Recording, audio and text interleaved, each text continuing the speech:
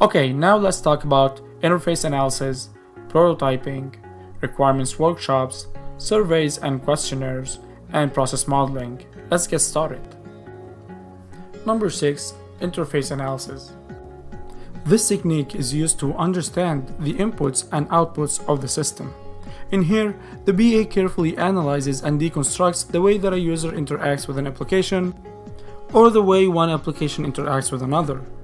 By outlining the software content, you'll be able to describe the purpose of each interface involved and elicit high-level details about it. The main goal when using interface analysis is to define the system interfaces, boundaries, stakeholders, inputs and outputs, as well as validation rules and triggering events.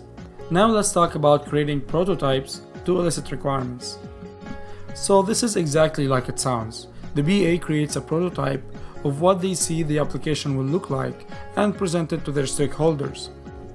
This is very valuable for non-technical stakeholders such as business owners and end users who may not understand all of the technical aspects of the requirements but will better relate to a visual representation of the end product.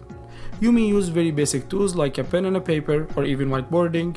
If you want to get fancy, I like using mockingbird.com to create mockups. It's free and very easy to use. Here's what Babok has to say about prototyping. Stakeholders love it and use it in identifying, describing, and validating their interface needs. Next, requirements workshops. This involves gathering a previously identified stakeholders in a structured setting to elicit, refine, and update requirements. One thing to note about workshops that they are very similar to brainstorming sessions that we discussed before, except that workshops have different structure and usually take longer time, a day or few days. Also, workshops need both a facilitator and a scribe to record participants' input. Next, surveys or questionnaires. Surveys can be useful for quickly gathering data from a large group of participants.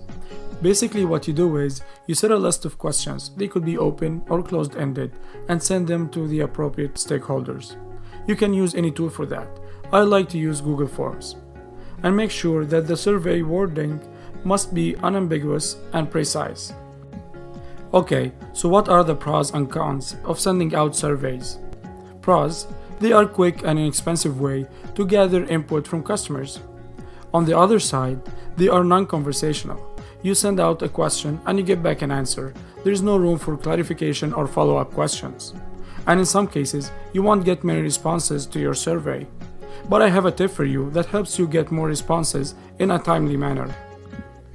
When you send out surveys or questions in general, make sure to add a reasonable deadline, ideally from 48 to 72 hours.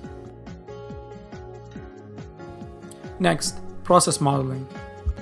It is creating diagrammatic process flows of the system in both the current and the future states that can be used at any stage of your project to visualize and document the system artifacts. Process modeling promotes better understanding of the requirements, and it is a very effective way of communicating with stakeholders.